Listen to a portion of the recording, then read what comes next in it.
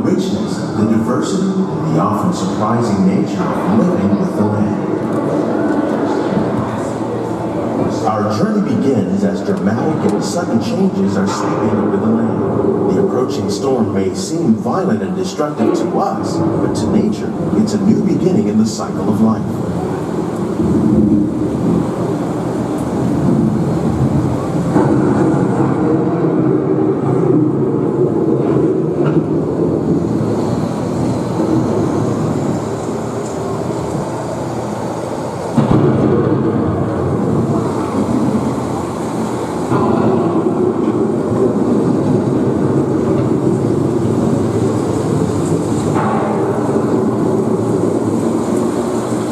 Beneath the surface of the land, roots trap water from the flowing mud, extracting precious nutrients and minerals. These elements, when combined with sunlight, create the diverse living systems of our planet.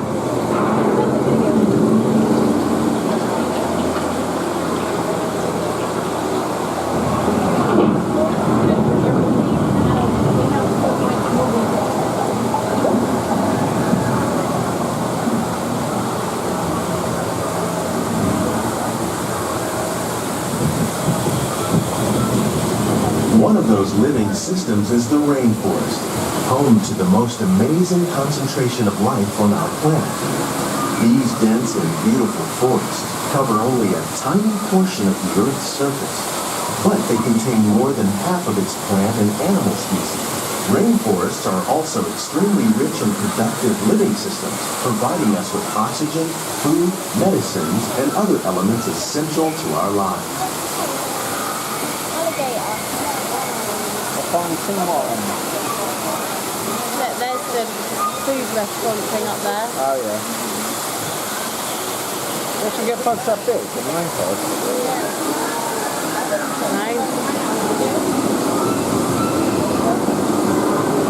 No. In the desert, nature has created a very different, but no less beautiful living system. And while this arid landscape may seem lifeless, it is very much alive. The plants and animals that have learned to survive in these harsh conditions make use of what little water they can find and avoid the scorching rays of the relentless sun.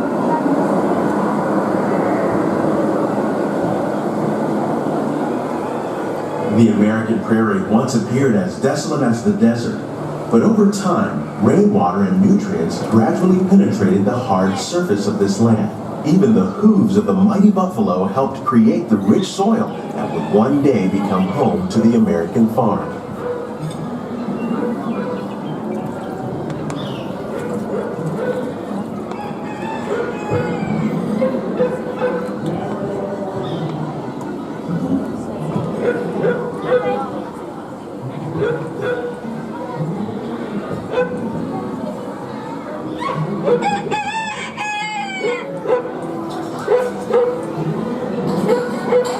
Of all the forces at work on the land, humans have had one of the most profound effects. The need to produce food for a growing world led to the enormous use and sometimes overuse of the land. In our search for more efficient ways to grow food, we often fail to realize the impact of our methods.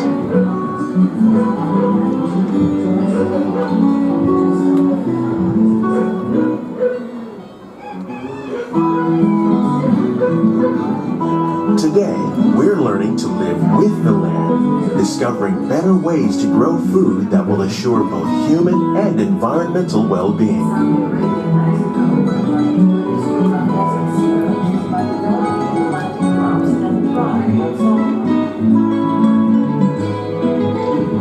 Here at Epcot, we're learning to reduce the need for pesticides by using natural predators like ladybugs and wasps to control pests.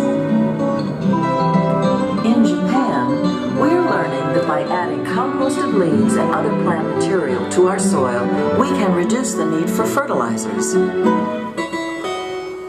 In farmlands across America, we're learning that by plowing under vegetation containing natural fertilizers, we can enrich the soil without the use of chemicals. In Saudi Arabia and Mexico, we're learning to produce food on desert seacoasts by developing and planting crops that thrive on saltwater. How will we meet tomorrow's growing needs for food production, yet still respect the needs of the land? Some of the answers are being discovered just ahead. To help us maintain these carefully controlled ecosystems, and for your safety, please remain seated in your boat at all times.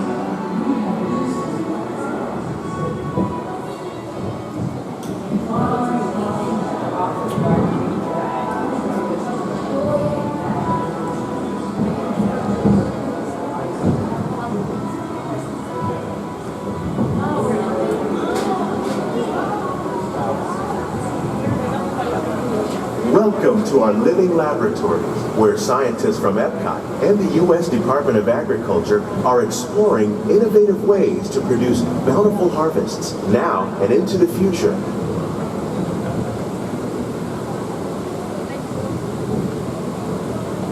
The tropics are home to the greatest diversity of plants on the planet. Many of these, like papaya, bananas, cacao, coffee, and rice, are well known around the world. These are just a few of the edible plants that have been an important source of nutrition for people living in the tropics. Many are rich in vitamins and minerals, while others are well adapted to growing in less than ideal conditions. Oh, happy holidays. Some, like the water lily, thrive in wet, swampy areas and waterways. All parts of this plant, even the flower petals, are edible. The starchy root of the plant has long been used to make flour for baking. Peanut butter tree. One day, many of these lesser-known tropical plants may be as important as the bananas growing on both sides of the boat. Cow with chocolate. More than 28 million tons of bananas are eaten annually, making it the most popular.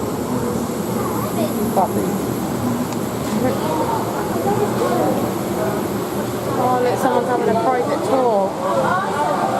When we mention farming, you probably don't think of fish, but fish farming, or aquaculture, accounts for nearly half of all the seafood consumed globally.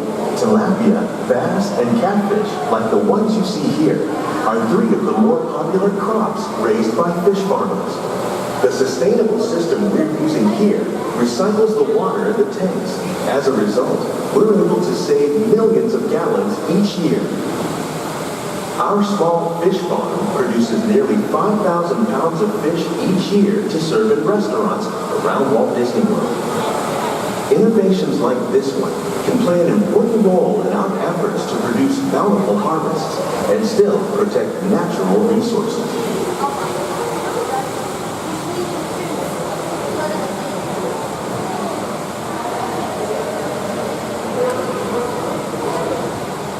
So is this literally where they keep the fish that they're going to cook? Some of them, yeah.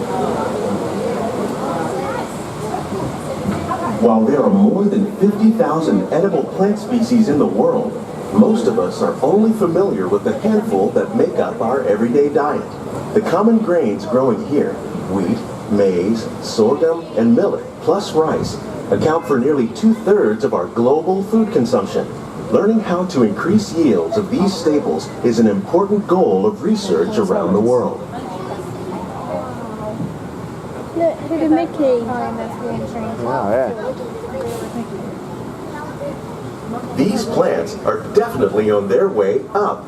Innovative growing techniques like these increase yields while more efficiently using resources like water, fertilizer, and pesticides. Another innovation at work here is our integrated pest management program. By populating our greenhouses with beneficial insects that prey on harmful pests, like aphids and flies, we are significantly reducing our reliance on conventional pesticides. We're growing these crops using our nutrient film system. This technique precisely controls and recycles water and nutrients. With it, we can produce over 27,000 heads of lettuce a year in this one small area.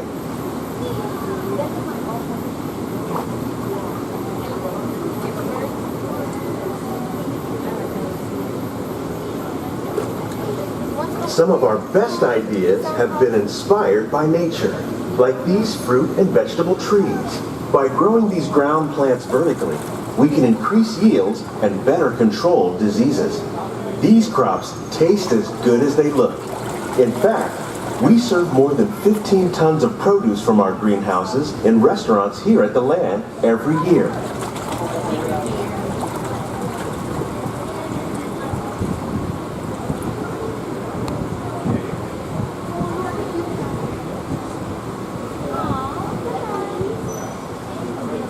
I keep telling Bobby he's got to do this.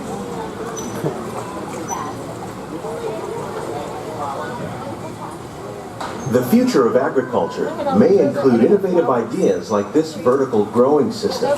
Plants grown in this way use a fraction of the space required by traditional growing methods. That saves water and increases production.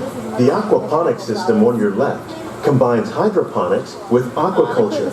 The fish provide a natural source of fertilizer for the plants, and the plants help keep the water clean for the fish. It's another great way to produce more while using less. In our lab, Epcot scientists are working with the U.S. Department of Agriculture on a number of innovative projects. The goal of these efforts is to produce higher yielding and better quality plants.